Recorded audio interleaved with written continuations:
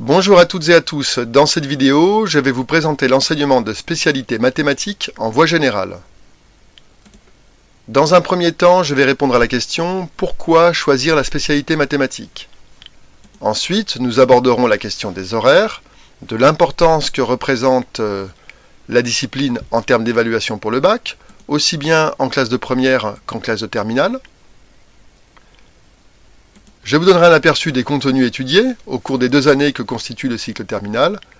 Et enfin, je vous dirai quelles sont les qualités requises pour réussir en spécialité maths.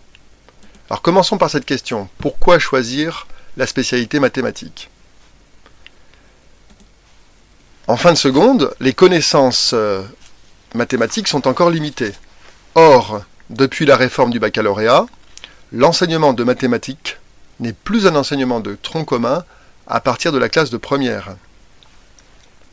Certes, des contenus mathématiques sont abordés en enseignement scientifique, mais leur portée reste relativement limitée. Il ne s'agit pas de développer de nouvelles compétences en mathématiques, mais simplement de les utiliser lorsque cela est nécessaire pour enrichir la culture scientifique de l'élève. Donc, si un élève souhaite continuer à étudier les mathématiques au lycée, il doit nécessairement choisir l'enseignement de spécialité mathématiques. Alors voyons dans quel domaine les mathématiques sont nécessaires.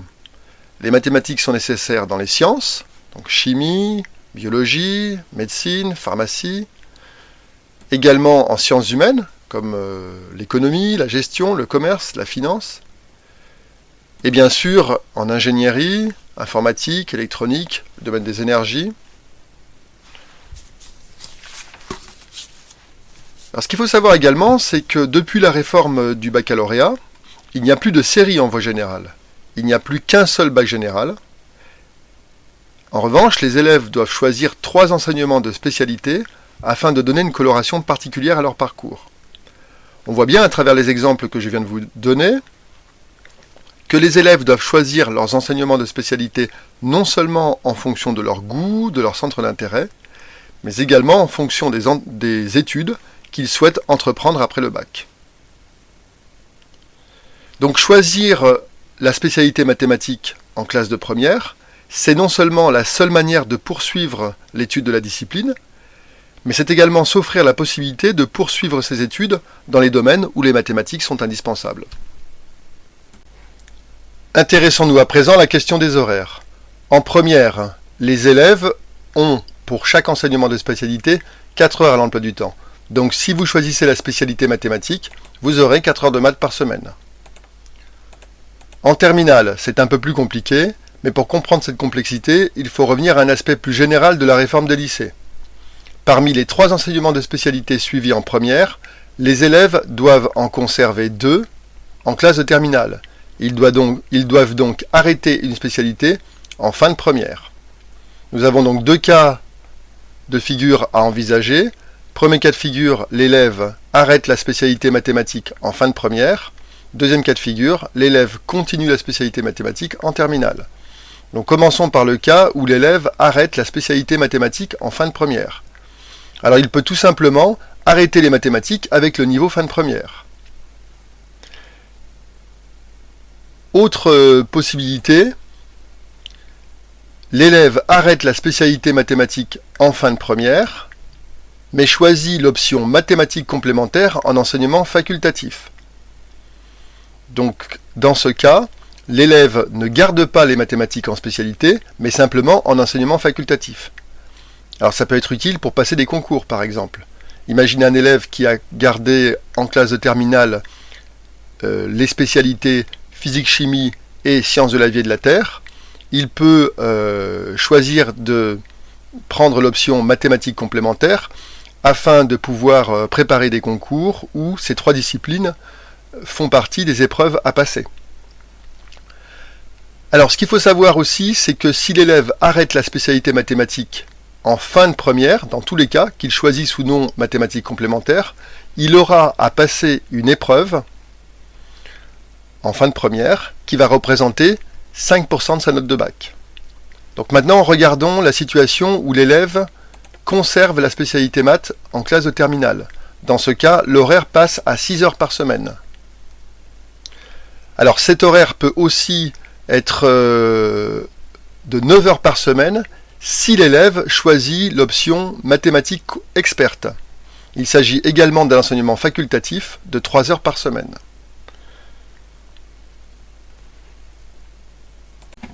Parlons maintenant de l'évaluation. Nous allons reprendre chaque cas de figure et voir comment, dans chaque cas, la discipline est prise en compte pour l'obtention du baccalauréat. Donc, commençons par la situation où l'élève arrête les mathématiques en fin de première. Dans ce cas, les mathématiques interviennent dans le contrôle continu, puisque les bulletins trimestriels des classes de première et de terminale constituent 10% de la note de bac. Les mathématiques interviennent également dans les épreuves communes, puisque si un élève arrête la spécialité mathématiques en fin de première, il doit passer un examen qui fait partie des épreuves communes. Donc c'est un examen qu'il va passer en fin de première et qui constitue 5% de sa note de bac. Alors si l'élève arrête la spécialité mathématiques et prend en mathématiques complémentaires un enseignement facultatif, dans ce cas c'est presque la même chose, simplement ces notes obtenues en mathématiques complémentaires vont figurer sur le bulletin trimestriel en classe de terminale et seront donc prises en compte dans le contrôle continu. Mais c'est la seule différence avec la situation où l'élève arrête complètement les mathématiques en fin de première. Alors maintenant, on passe au cas où l'élève continue la spécialité mathématiques en classe de terminale. Alors dans ce cas, les mathématiques sont prises en compte dans les bulletins des classes de première et de terminale, au titre de la matière spécialité mathématiques. Les mathématiques vont également être prises en compte dans un examen final, qui sera passé donc en classe de terminale, donc à la fin de l'année, et qui constitue 16% de la note de bac. Donc là, c'est un poids très important. Et les mathématiques vont également intervenir dans le grand oral, puisque le grand oral doit s'appuyer sur les 2 spécialités étudiées en classe de terminale. Et enfin, dernière situation, l'élève continue la spécialité mathématiques en classe de terminale, et en plus de cela, prend l'enseignement facultatif maths experte. Donc dans ce cas, c'est un peu la même chose, simplement, dans le contrôle continu, en classe de terminale, seront prises en compte les notes obtenues en spécialité mathématiques, mais également en maths experte. Et pour ce qui est de l'épreuve terminale, il n'y a pas de différence avec la situation où l'élève prend la spécialité mathématiques sans maths experte. C'est la même chose, hein, c'est la même épreuve et qui représente donc aussi 16% de la note finale du baccalauréat. Et pour ce qui concerne le grand oral, même chose. Le grand oral doit s'appuyer sur les 2 spécialités étudiées en classe de terminale, ce qui n'interdit pas également de faire intervenir maths experte.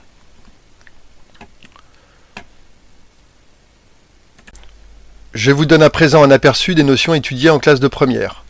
Vous allez continuer l'étude des fonctions, à l'aide notamment d'un outil fondamental qu'on appelle la dérivation.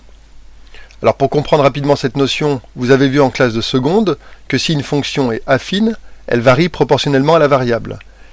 Vous allez voir que cette propriété reste vraie au niveau local pour de nombreuses fonctions, en un certain sens qu'on appelle la dérivation.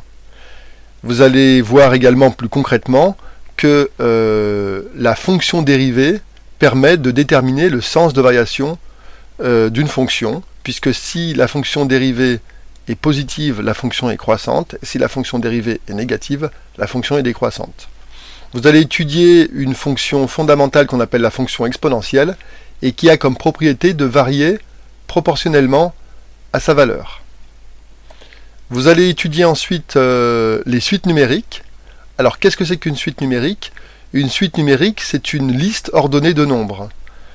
Donc par exemple, si je prends la suite des nombres impairs, le premier terme c'est 1, le deuxième terme c'est 3, le troisième terme c'est 5, le quatrième terme c'est 7, etc. Alors vous allez voir que ce qui distingue fondamentalement l'étude des suites numériques de l'étude des fonctions en général, puisqu'en fait une suite numérique, ça n'est rien d'autre qu'une fonction définie pour des entiers, mais vous allez voir que ce qui distingue les suites numériques des fonctions en général, c'est la manière dont on peut les définir. Alors je vous donne un exemple célèbre, la suite de Fibonacci se définit de la manière suivante. Vous définissez un terme en prenant les deux termes précédents et en les additionnant. Donc par exemple, si je veux le 10e terme de la suite de Fibonacci, eh bien je l'obtiens en ajoutant le 8e terme et le 9e terme. Vous allez étudier le second degré.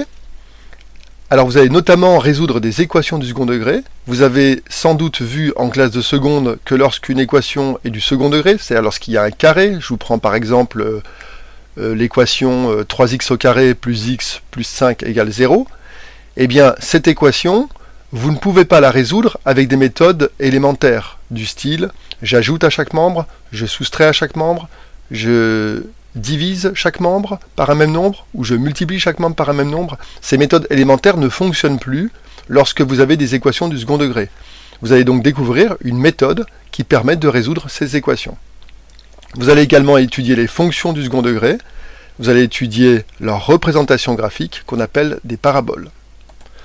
Vous allez continuer à étudier les équations de droite.